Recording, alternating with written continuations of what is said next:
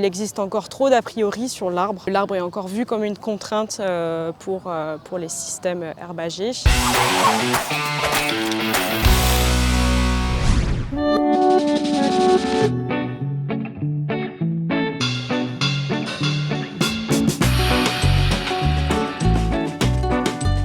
On dit souvent que les animaux sont mieux à l'ombre, on le sait de combien. Là, l'avantage que l'on a, c'est que nos collègues Chambre d'agriculture Hauts-de-France Nord-Pas-de-Calais ont mis en avant le fait que non seulement il y avait une différence de température, mais on comparait les animaux qui étaient au pâturage avec la possibilité d'aller à l'ombre et des animaux qui n'avaient pas possibilité d'aller à l'ombre. Et la différence de production en termes de litres de lait, c'est de 2,7 à 3,9 en moyenne.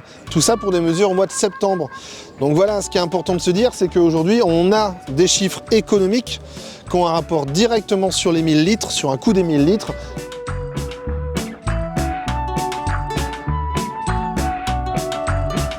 On sait d'ores et déjà qu'en session interne d'exploitation, lorsqu'on utilise le bois de ces haies, qu'on fait déchiqueter ce bois et qu'on l'utilise en litière accumulée, dès que le prix de la paille atteint 75 €, il est plus rentable de faire du bois déchiqueté. C'est certes pas la même organisation, c'est pas un coup de fil à un transporteur pour avoir de la paille, mais ça permet en tout cas de valoriser quelque chose vu comme une charge sur les exploitations agricoles.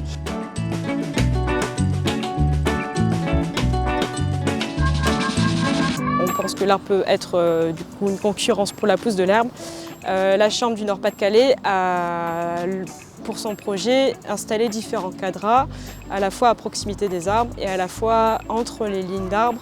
Et il a été constaté qu'en fait, il n'existait pas de différence significative en termes de rendement.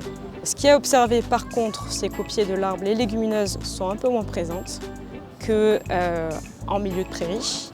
Mais ils ont également fait des analyses qualitatives du fourrage récolté dans les deux milieux et on s'est rendu compte qu'il n'y avait pas non plus de différence significative sur la qualité du fourrage.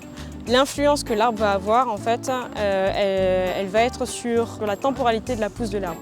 Dans les parcelles en agroforesterie, la pousse de l'herbe va être plus tardive. En fait, on a un décalage et c'est intéressant justement de jouer de ce décalage pour étaler la disponibilité de la ressource sur le temps.